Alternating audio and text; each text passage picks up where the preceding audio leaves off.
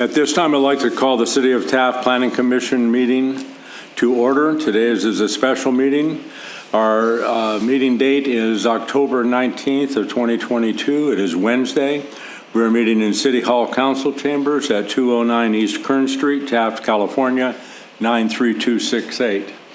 City of Taft Planning Commission meetings are being held in person with full capacity seating and are live streamed at https://www.youtube.com/user/City of Taft. Public comment can be made in person and also can be received per the following. Written comments may be dropped off in the drop box in front of City Hall. Comments may be emailed to the city clerk at cityclerk@cityoftaft.org. Made by phone to the city clerk's office at area code 661-763-1222. Public comments not made in person will be accepted up until 1 hour before the meeting. Any comments received will be read into the record. At this time, I'd like to call the meeting to order. Would you please stand for the Pledge of Allegiance? You want to do that, John? Salute, pledge. I pledge allegiance to the flag of the United States of America and to the republic for which it stands, one nation, under God, indivisible, with liberty and justice for all. This time, please remain standing for the invocation. Our Pastor Stephen McDaniel is not here, so I'll fill in. Heavenly Father, we come before you tonight as agents of the city. We represent the people, and we ask that you guide us in our decision-making and the process that we choose to follow. Thank you for the many blessings you give us here in Taft. Thank you for the opportunity to meet, speak freely, and express ourselves. We say these things and thank you in the name of Christ. Amen. Amen.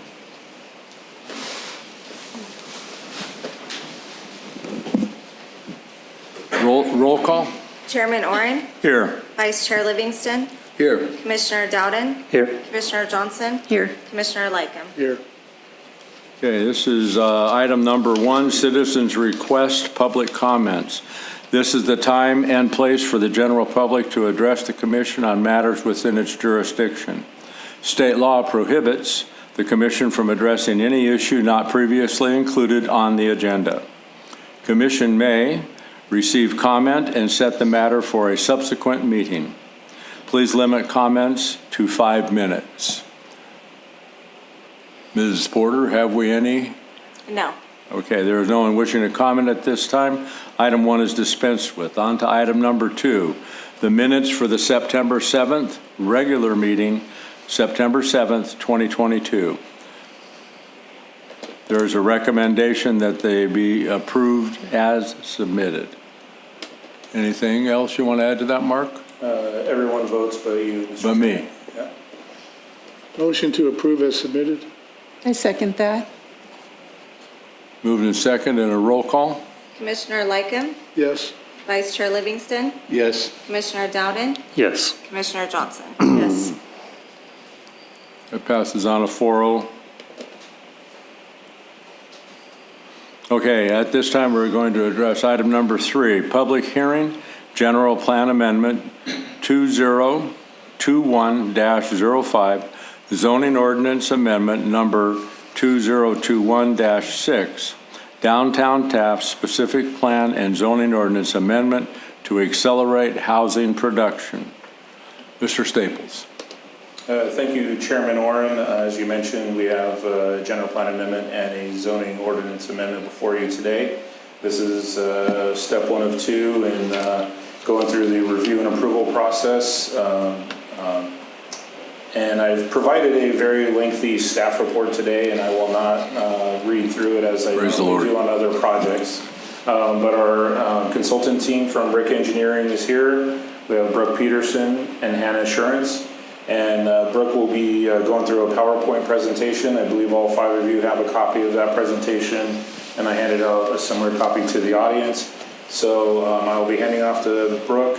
You can ask questions during the presentation, but generally our back and forth will be when she completes the presentation, and then we'll go into the public hearing if anyone in the audience wishes to speak on the item.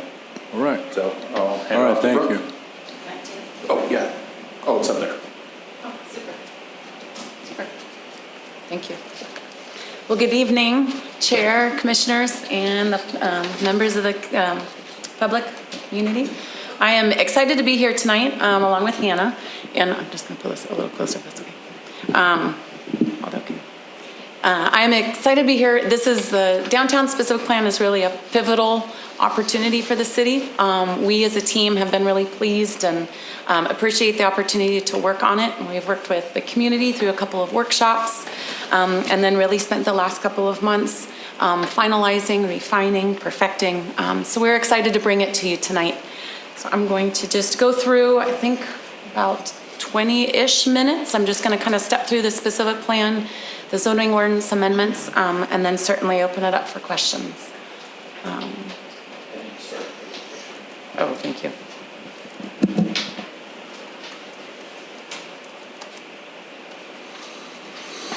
Sorry. Here we go.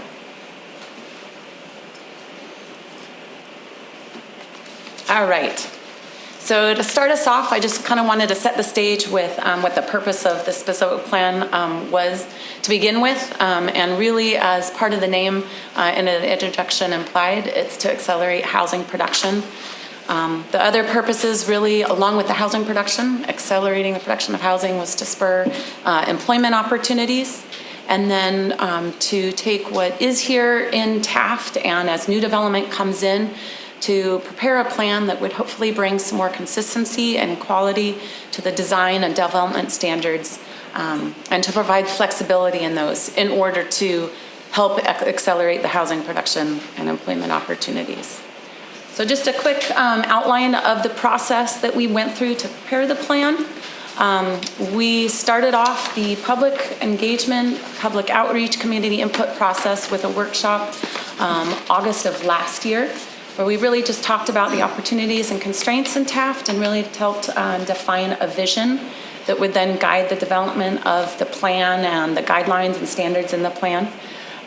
We then prepared kind of the draft of the plan and the draft of that land use alternative and brought that to the public in, I believe it was November, sorry. And then we've really spent, like I said, the last few months putting together the plan itself based on what that land use plan looks like, putting together the design principles, the design standards, the land uses to go with that. So this is just kind of an outline of the specific plan, and I'm going to step through and just kind of give a high-level summary of what's contained in the plan in each of the chapters. So the introduction really just sets forth kind of the purpose of the specific plan. It sets forth the authority, kind of the regulatory policy authority of the plan, and talks about the role and the relationship of the specific plan as it relates to other policy documents and regulatory documents in the city. So what its relation to the general plan is, what its relation to the zoning code is, and others. The second chapter of the plan is the vision, themes, and goals. And we really spent some time working with the community to refine and with staff to refine what the vision for the plan was going to be. And then from the vision, we developed a set of themes. You see them here: the strong economy, a sustainable development, an active community, and community character. And really those kind of framed, those were like the guiding principles that set forth the goals for the plan. They helped guide what the land use plan and the mix of uses looks like and what the design principles are. And then we set goals within that chapter. You'll see there's goals associated, goals for the plan, goals for the city, associated with each of those four themes. So here's the vision for the plan for downtown Taft: a dynamic mix of uses, ensuring a healthy and balanced community that celebrates the history and culture of the area. Residential, commercial, employment, and recreational opportunities are linked together through a safe streets, connected trails, recreational districts, and a whole range of housing options. The themes, as I already mentioned, are a strong economy, sustainable development, an active community, and community character. And as I said, that really informed the land uses and standards that we put forth in the plan. So kind of the meat of the plan is certainly the land use chapter.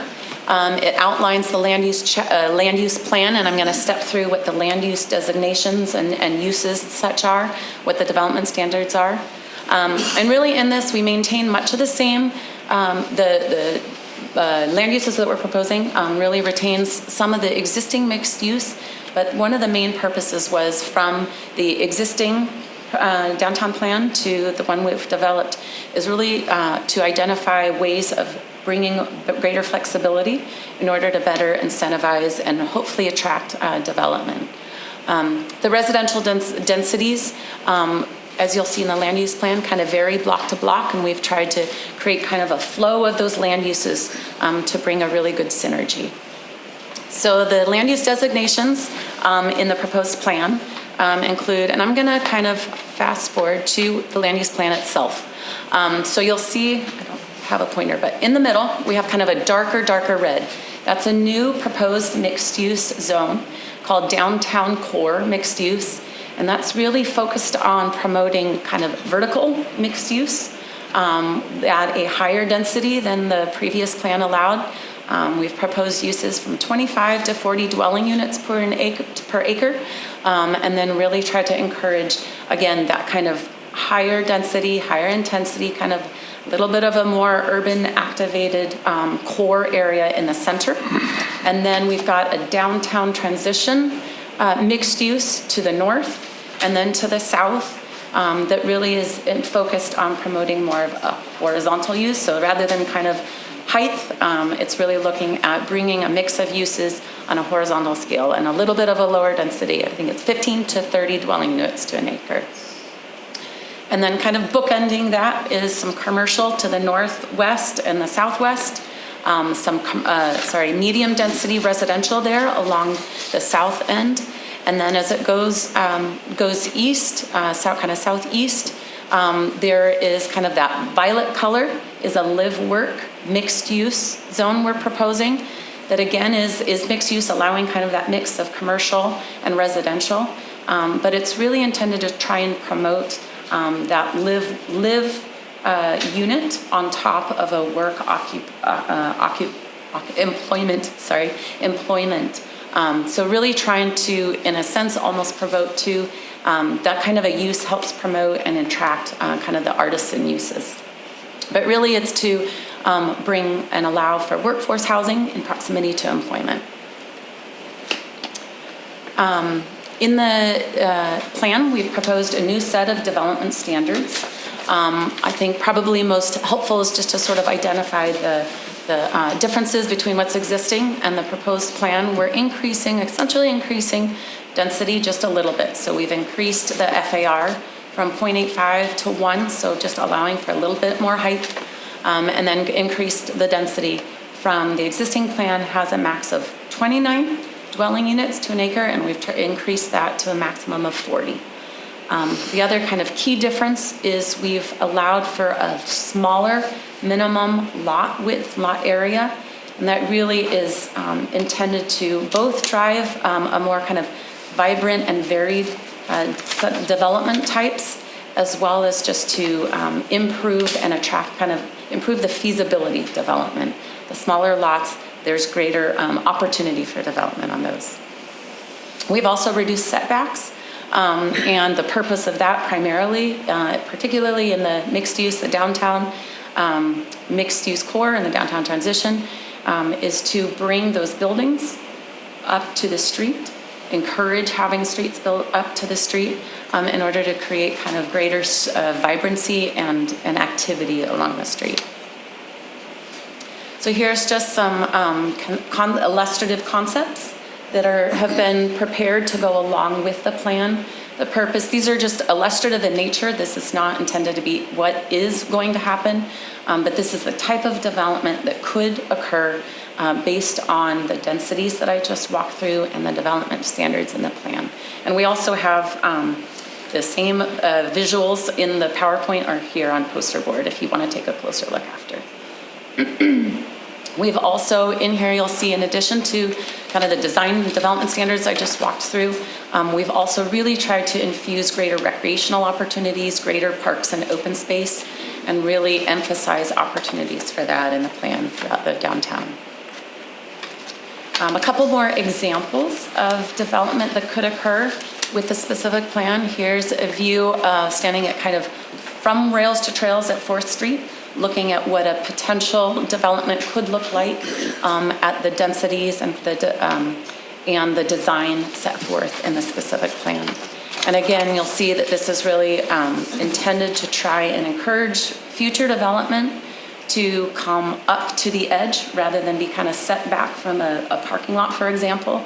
So here we've really suggested that that development could be brought up to the rails to trails to really leverage that as a recreational opportunity and an amenity that can be taken advantage of by proposed development.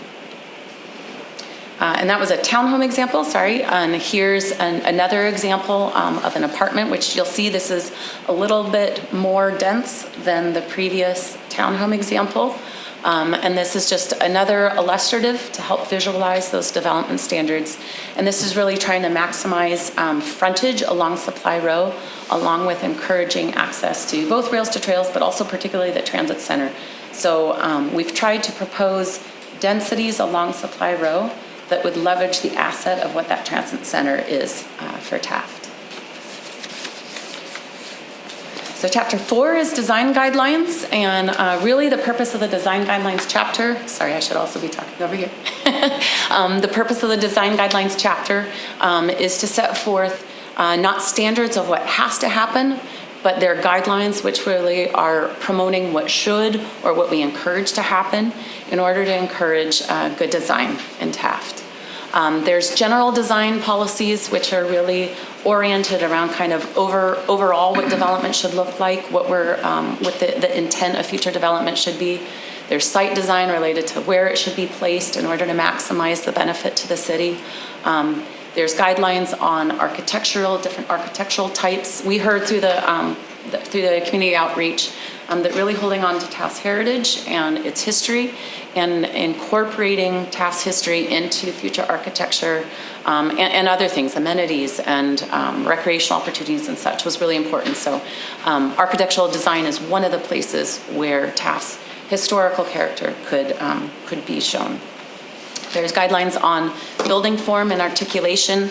I was talking with one person before this meeting started on how do we promote and bring greater consistency to the downtown strip along Center Street. And so the guidelines on building form and articulation could really help promote and bring some consistency and quality to development. There's a whole, the design guidelines, there's a whole range of categories of guidelines, and I'm just going to step through those really quickly. So there's guidelines in there on materials and colors, how you can use colors and materials to both improve the looks and feel of the building, to bring visual interest, to bring consistency, to bring just improve the visual attractiveness of the downtown. There's guidelines on frontage and access. So how can you bring transparency to the front of a building, or where can you position the pedestrian access to bring both greater kind of openness to connect the building to the street better, as well as to improve pedestrian safety. And that's also on parking site design. There's guidelines in there primarily to really emphasize pedestrian safety and access. And that really, pedestrian safety, pedestrian access, attractiveness to the environment for pedestrians is a huge part of encouraging and bringing people, giving people a reason to want to be here. There's guidelines on lighting. Lighting both improves safety, improves attractiveness, but it also is something that can help kind of brand and give a sense of character. So historic lighting, for example, can really kind of improve the character and add to the attractiveness of downtown.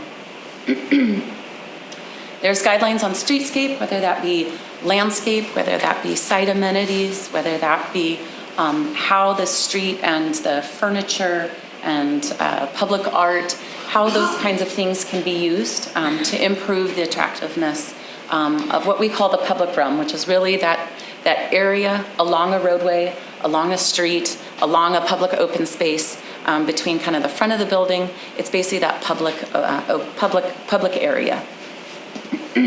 So as I mentioned, there's guidelines on landscape, there's guidelines on pedestrian design, and that's both what I mentioned in terms of pedestrian safety through access and parking, but it also starts to get at how the pedestrian orientation and the pedestrian location of pedestrian walkways and such can be utilized to increase activity. And then I mentioned materials. There's also guidelines in there on hardscape. So how can you use different pavement? How can you use benches? How can you use drinking fountains and different activities and furnishings to really create an attractive place, to create a place that's comfortable, to create a place that feels, that brings a sense of place, I should say. And I believe last, there's signage, and there's not a slide on it, but in the specific plan, there's also guidelines on gateways and monuments. So signage and wayfinding can both help bring people into downtown, give a sense of place to downtown, and just create a sense of orientation, and it really does help kind of increase the sense of purpose in being there. And the gateways and monuments, they're just a great way to emphasize and bring out Taft's character, and again, to create that sense of place. So there is a chapter on mobility. The mobility chapter really goes over just the network of how people drive around downtown, how people walk, how people bike around downtown. So there's a set of what we call roadway classifications for vehicular travel. And downtown really, you have Kern Street is a highway along the north boundary. 10th Street is one of your arterials. But really, 6th and 2nd are your collectors, but really a lot of downtown is your local streets. And that really is an advantage for downtown because it means that traffic is slower, it's safer for pedestrians, so it's really an asset. So we took a look at the collectors and the local roadways and looked at opportunities to really create better pedestrian experience. I've mentioned safety quite a bit, but here are some strategies that we've included to really kind of emphasize and improve the safety and attractiveness of being a pedestrian on the street. So this is just an illustrative, offering some suggestions. Bulb outs are where the sidewalk at an intersection kind of comes out to bring the pedestrian just a little bit further out into the intersection. Crosswalks, different colored pavements, a bike lane, all of these things can be used to just get people out of their cars and encourage them to be out and about in the street. There's a chapter on parks and open space. As I mentioned, we really tried to look at opportunities to increase open space and really opportunities for social interaction and connection. Social interaction and connection in the public realm really increases a sense of place and increases just the activity in that place. And so as we're looking to really try and achieve that in downtown Taft, increasing opportunities for open space are really a key part of that. So we looked at creating kind of this street corridor along 5th Street, which really would tie the Rails to Trails asset that you already have and that park along kind of where Rails to Trails meets 5th Street, and just try to continue that as it goes north, and then tie that in to what happens along Center Street. So this is just a concept, but we really believe that this is a huge part of improving the aesthetics and attractiveness of downtown. And then we also have just really tried to emphasize other opportunities, either that the city could put in place or what should be encouraged in new development as it occurs. So looking at opportunities for trails, paseos, which are those sort of wide pedestrian kind of with a little bit of parkway areas, use of alleys, use of plazas, use of little parklets, which are just kind of little mini tiny parklet opportunities. These are a lot of different ways to, like I said, increase that social interaction opportunity and just create more activity. Amenities, it provides guidelines on the types of amenities that could be included in those spaces in order to make them attractive, in order to make them fun, in order to make them desirable to be at. There's a chapter on infrastructure. As that potential development through that land use plan occurs, it's really important to ensure that there's adequate infrastructure systems along with the mobility infrastructure. Got to make sure that there's water and wastewater and stormwater and drainage infrastructure to support that new development. It has to occur at the same level. As development comes in, we need to make sure that that infrastructure is there. So there are plans in the specific plan. It sets forth kind of what that water supply needs to look like, system needs to look like, wastewater system, et cetera. And then last but not least in the specific plan is the implementation chapter. And that really just governs, kind of administers how as future development comes in, how that needs to be reviewed, processed, what kind of permits would be needed, and what would constitute either consistency with the specific plan and how either small amendments, what we call minor amendments, versus more major amendments to the specific plan, and how those would be handled. And very importantly, the implementation chapter has a capital improvement and implementation strategy in there. So we have laid out, we've taken those themes and then proposed actions that would help facilitate implementation of those themes and those goals and really the development that's set forth in the specific plan. Identifies timeframes by which those improvements could happen, who in terms of responsibility would be responsible for that. And then a key part of implementation of the plan is going to be the funding to make that happen and to encourage the development and improvement that we want to see through the specific plan or that's proposed in the specific plan. How are we going to make that happen in terms of funding? So we've laid out a proposed plan, a generalized plan for how that could be achieved. I'm going to step through really quickly. I know we've been going, step through the zoning ordinance amendments. So whereas the downtown specific plan applies, like its name implies, just to the downtown area, we did propose some zoning before you today is some zoning amendments that apply citywide. So one of the key parts of the amendment is to incorporate the downtown specific plan and the zoning contained in that. But then we also made some amendments primarily to streamline permitting procedures throughout citywide. And then update some of the codes and regulations such as ADU units and others, which I'm going to go through to be more compliant with state law. And those amendments apply citywide. So just some minor changes to Chapter 1 to revise definitions to be a little bit more clear, to make them consistent with state law, et cetera. Kind of one of the meat of the changes to the zoning ordinance is Chapter 2 and the permits and approvals. We are proposing a new type of permit, a new process called a director's permit. And really the intent here is per the purpose of the project overall to streamline housing production. The purpose in creating this new permit is to try and expedite and streamline where possible future development. So the key aspect of that director permit would allow the planning director to approve future development if it's consistent with some very specific things, primarily design standards contained in Chapters 4 and 5, which govern residential and commercial development. Chapter 3, the only thing we revised there is just to kind of update the name. So we took away the Plan Development Zone District, and that's really just been replaced by the Downtown Specific Plan. Chapter 4, we revised the residential zone. Like I mentioned, we made some amendments to the use table to allow ADUs in all zones. That's another strategy trying to promote additional housing in the city. To be consistent with the changes we made to Chapter 2, we added the director's permit as an approval type. And then we've moved the objective design standards, which are really standards that are setting forth how development should occur for both residential and commercial from Chapter 4, and moved to them further down in the ordinance. So it's just kind of a reorganization change. So again, Chapter 5, we revised the use table to remove downtown commercial that's been replaced by the new downtown specific plan zones. Again, added the director's permit, and then added some multifamily density for those new mixed-use zones.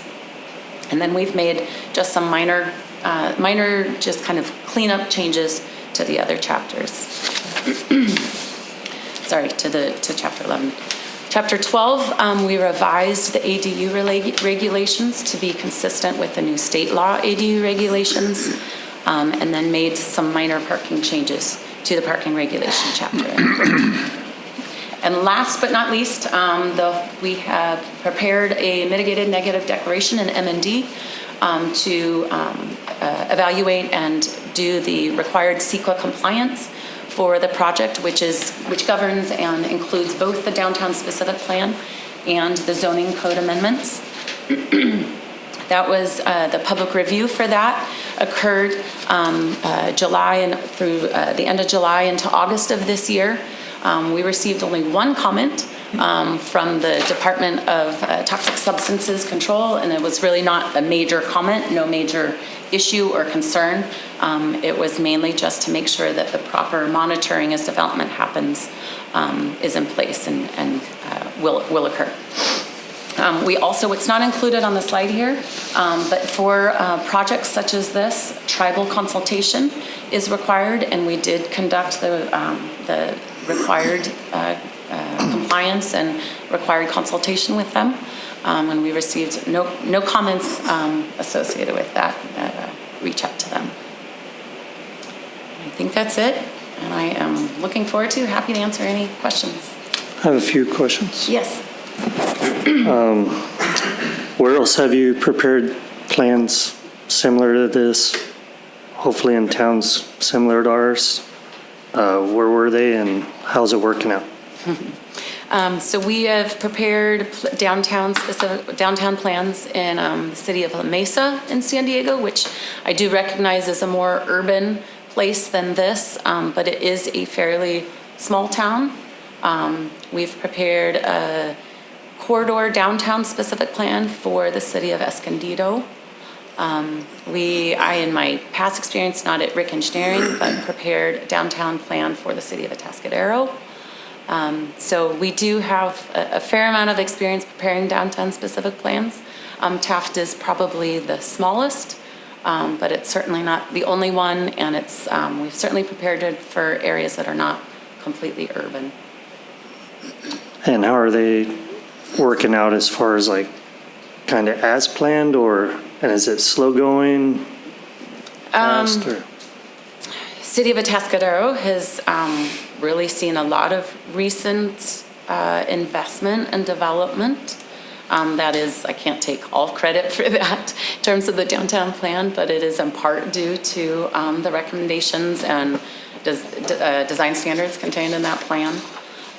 Escondido is newer. We have not yet really started to see implementation of that.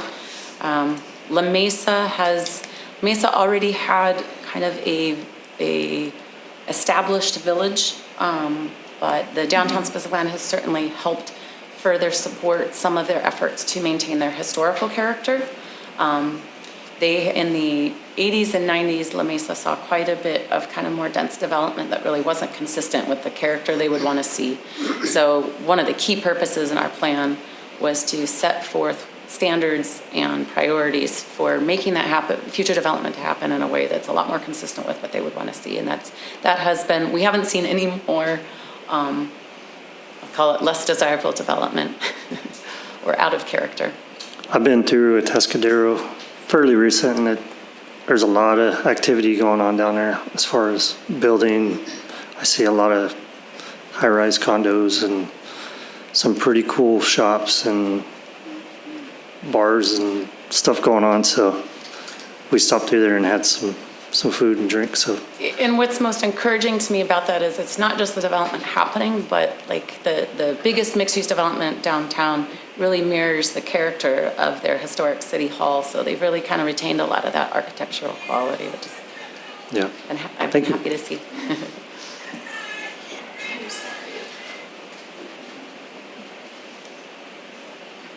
Anything to say? No comments. No. Sure. No, actually, I'm pretty satisfied. I've been probably a little bit more involved, though, with the process, so I've had the opportunity to make comments all along. That's a point I'd like to reiterate, is that there has been community involvement all the way.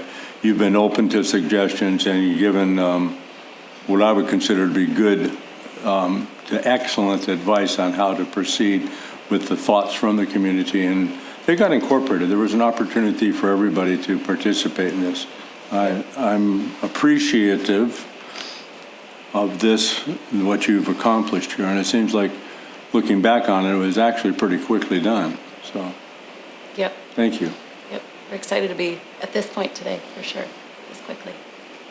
A lot of hard work, and Mr. Staples, I know that you were not resting while this was done. You were intimately involved in this process too, so I appreciate that.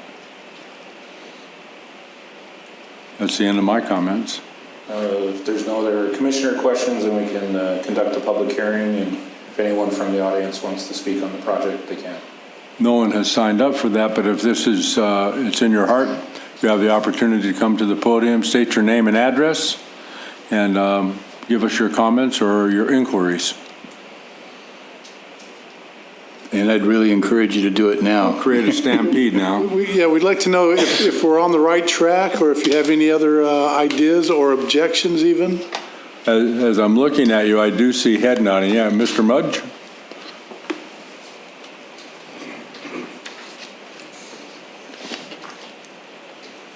I'm Greg Mudge. I live at 809 Canyon Court here in Taft.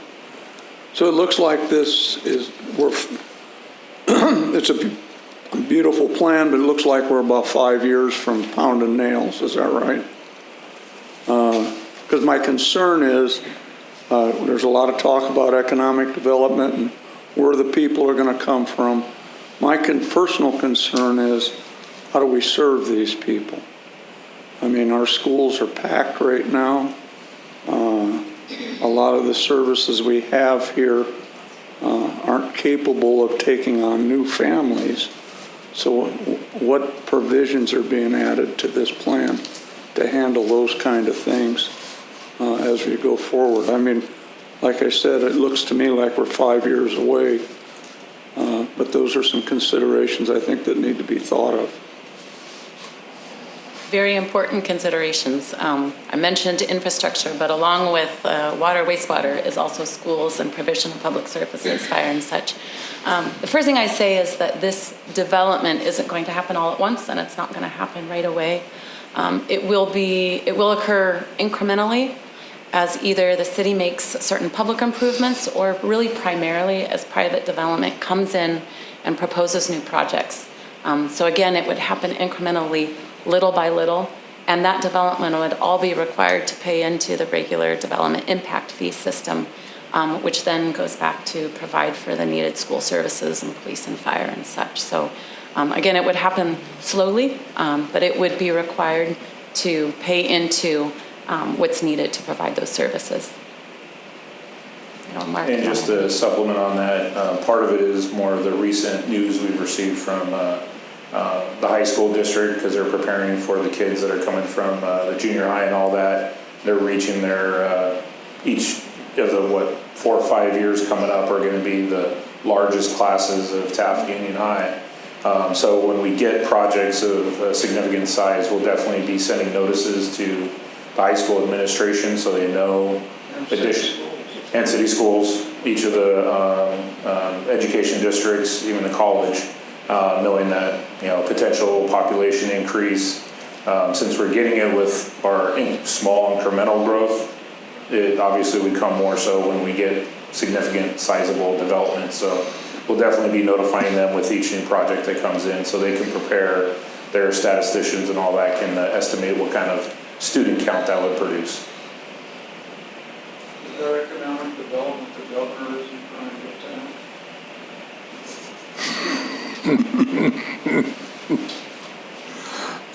I think one of the things I say to that, Greg, is that it's kind of organic. Right now, we've had this boom in housing in the more traditional urban areas with this growth.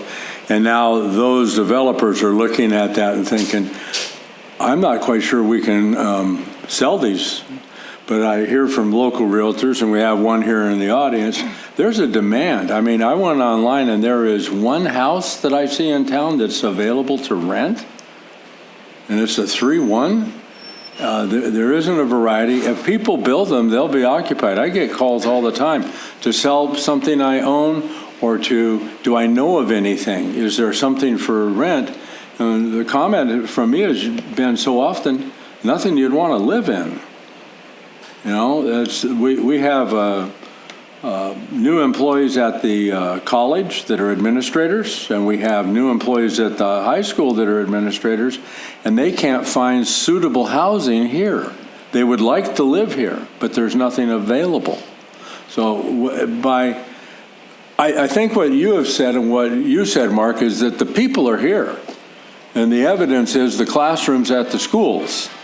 So why don't we have housing available for them? These people are doubled and tripled up in little hovels of homes. And we have to think differently, and I think that's what you're allowing us to think well and collectively see a better way to do this than what we have done traditionally. Getting rid of the parking requirements and some of these garage requirements and taking lots that are smaller and being able to develop them is a real asset, because there's a lot of small lots that people could live on, and they could live on them well.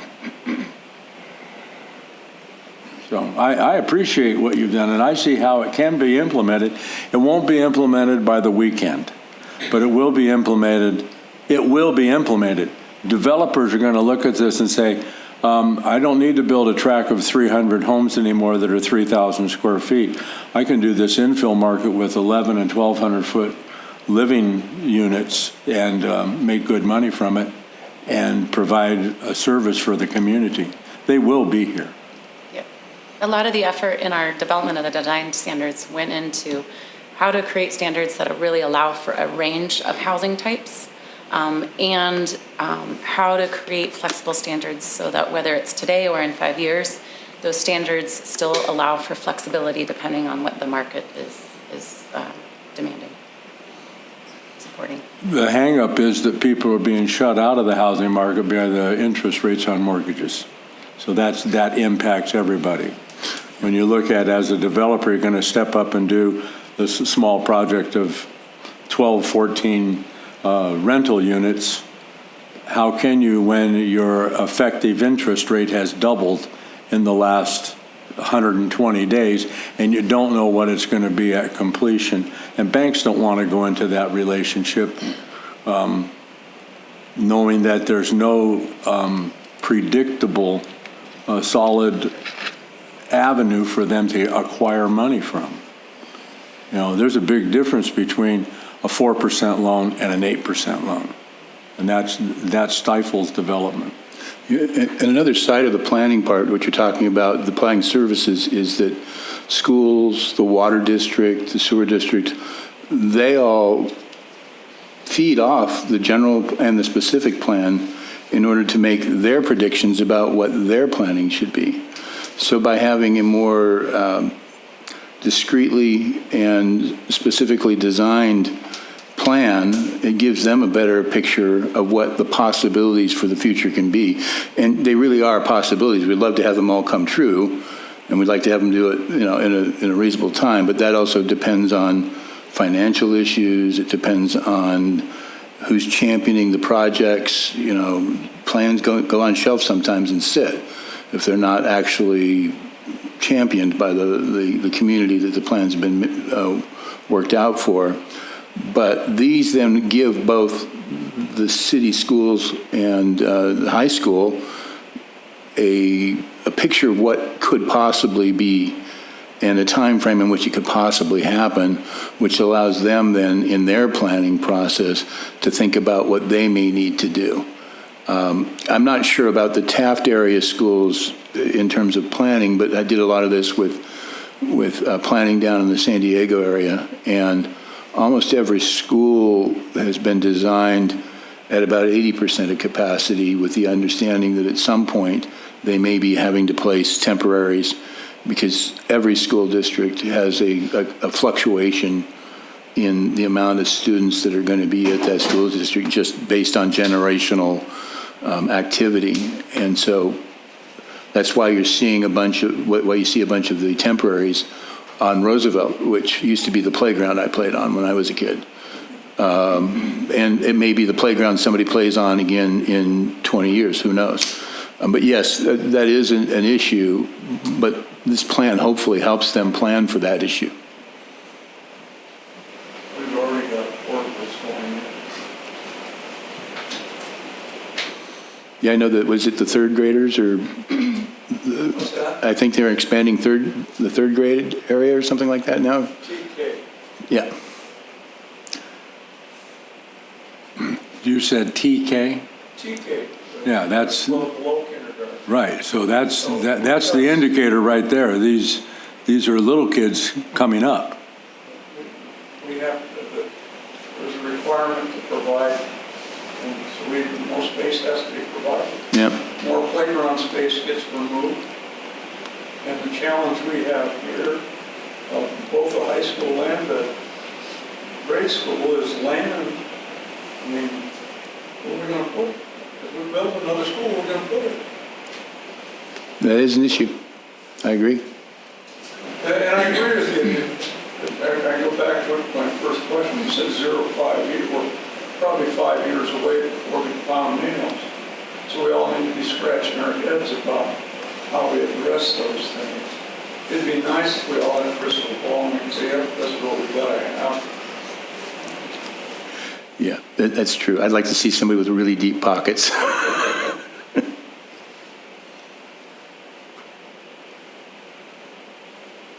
Any other comments? Okay, this time we'll close the public portion of the hearing and recommendation. And if whoever makes the motion, read out both recommendations, please. Both 2 and 3? 2 and 3, yes. Okay, I'll do that. I'm going to make a motion to adopt a resolution to the Planning Commission of the City of Taft recommending approval to the City Council of General Plan Amendment Number 2021-05 to adopt the Downtown Taft Specific Plan to accelerate housing production in the City of Taft, and to adopt a resolution of the Planning Commission of the City of Taft recommending approval to the City of Council of Zoning Ordinance Amendment Number 2021-05, an amendment of Chapters 1, 2, 3, 4, 5, 11, 12, and 14 of Title 6 of the Taft Municipal Code to accelerate housing production in the City of Taft. I'll second. Moved and seconded. This is a roll call. Commissioner Lycum, Yes for both. Vice Chair Livingston, Yes for both. Commissioner Dowden, Yes for both. Commissioner Johnson, Yes for both. Chairman Oren. Yes, on both. That's approved on a 5-0. Thank you. Nicely done. Thank you very much. And Chairman Oren, just for information for the crowd, this isn't the last stop. The City Council is the final blessing of this project and plan, and we're scheduled for November 15th, which is the second meeting in November. So if you'd like to attend again, be a similar presentation before the council, and if anything hits you between now and then, reach out to me or come to the meeting on the 15th with any questions you might have on the project. Thank you for attending. Okay, thank you. All right, that moves us on to item 4, Planning Director Report. You can stick around for this, too. I'm sure it's exciting. Come on now. I'm talking to you. I wish. All right, thanks for coming, folks. So we're on to the Planning Director Report. With no audience. All right. I'll quickly cover the 2 items that I bullet pointed there. If people were trying to get a hold of me the past couple of weeks and had trouble, I apologize. I had a whirlwind of like 3 conferences and 20 some odd days. The first one was ICSC San Diego conference down in San Diego. It was good to get back in person, face to face with all the regional managers. And I think we had a lot of good interest. We're starting to get some emails. Unfortunately, sometimes they ask for properties that are outside of Taft, but I still accommodate and just make sure I make that connection. So, and rest assured, even though we had the 3-year break, because we haven't been to any kind of event like that since 2019 for the most part, most people still know where we are. That was kind of oddly the first thing I worked on when I started going to these things in, I think, 2014, where it was almost like an 80-20 where 80% had no clue where Taft was. They kept guessing Sacramento, LA, coastal, somewhere. But now it's the reverse. Most know where Taft is. So similar to the comment you made, Chairman Orrin, about all these builders, whether it's residential or commercial, that were in the urban areas, they're definitely looking for Central Valley, suburban, rural like us. So the feelers are out there. We're needing to hit some metrics with population, income, daytime population, things like that. And then they'll start coming in. But they're probably going to keep an eye on the performance of Jack in the Box and Dollar General and all those things. So it's no deals made, but we're definitely in contact with a few folks to keep properties on their list for when they're ready. May I interrupt you? Sure. Do you think having this specific plan in hand will help facilitate the conversation with those folks? In particular, since this is more commercial and retail based, one minor detail of the map, it's kind of hard to see back there, but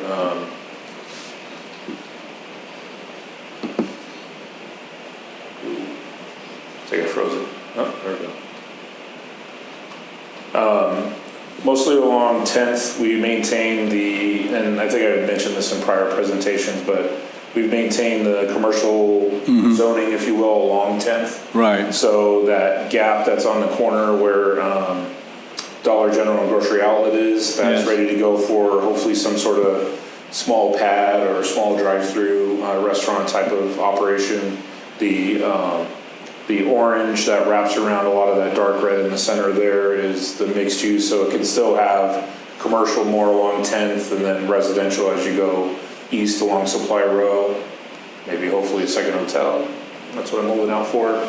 But all that red that goes up 10th and wraps around on Curtin Street is all your existing fast trips and Snow White and all that. Right. So the gaps in between are still commercially zoned, and that's what we're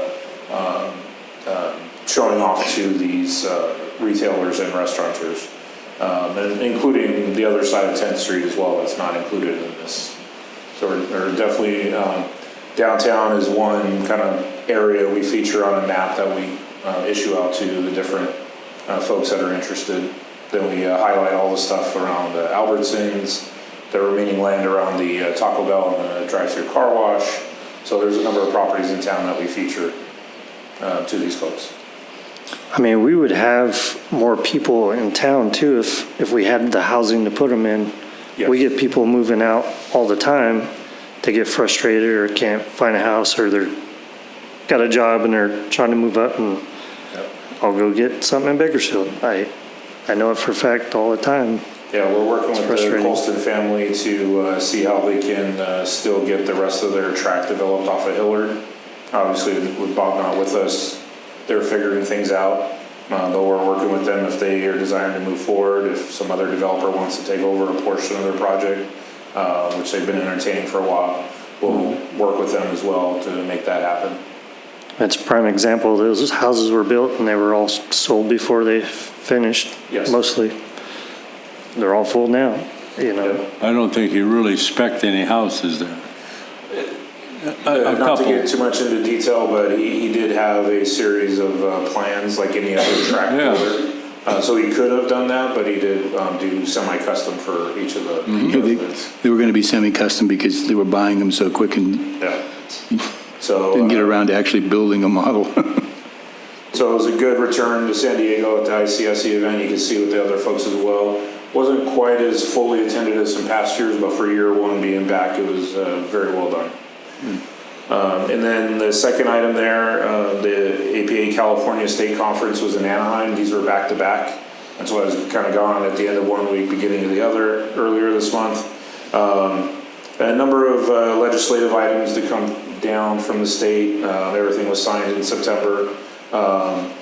Next meeting, we'll be going more over getting the updated building code codified, because that starts January 1. And then December, January, February, we'll probably start looking at some of the state law that came down and see if we need to act on it or not. So be ready for that. It's not quite as crazed with some of the 101 ways to build more housing, but there are some things that the legislative update went over that we'll discuss in future meetings, so just be prepared for that. All right. And that concludes my director's report.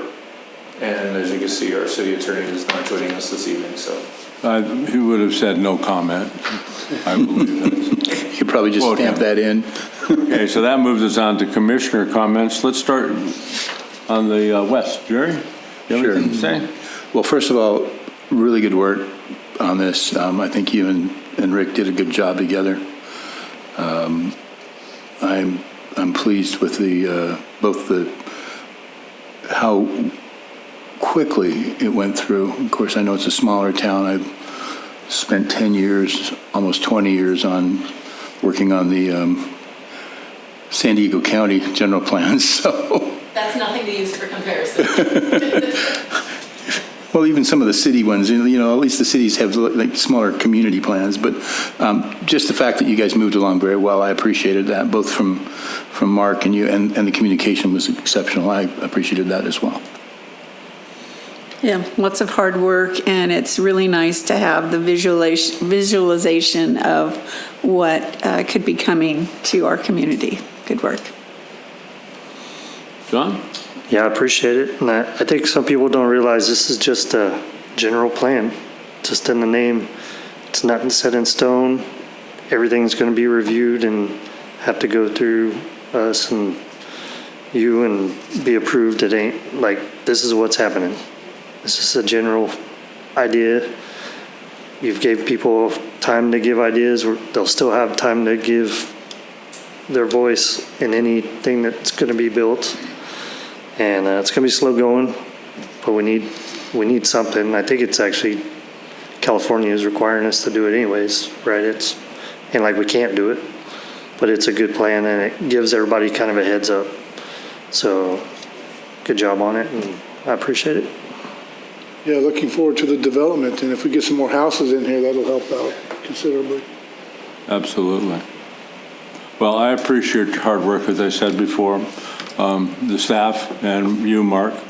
On a personal note, I would like to take the opportunity to thank each of you for the situation in our family with the loss of our son. He was very dear to us, and the outpouring of support from this community, you folks, City Hall, friends, the community at large has been textbook perfect. We appreciate all that you've done for us, and that's all that can be said. We loved our boy, and we really appreciate what you've done for us. Thank you. Okay, now that leads us to Jerry being identified as the person to go to the city council meeting. Is that still in the cards? It's still in the cards. Okay, we're good with that.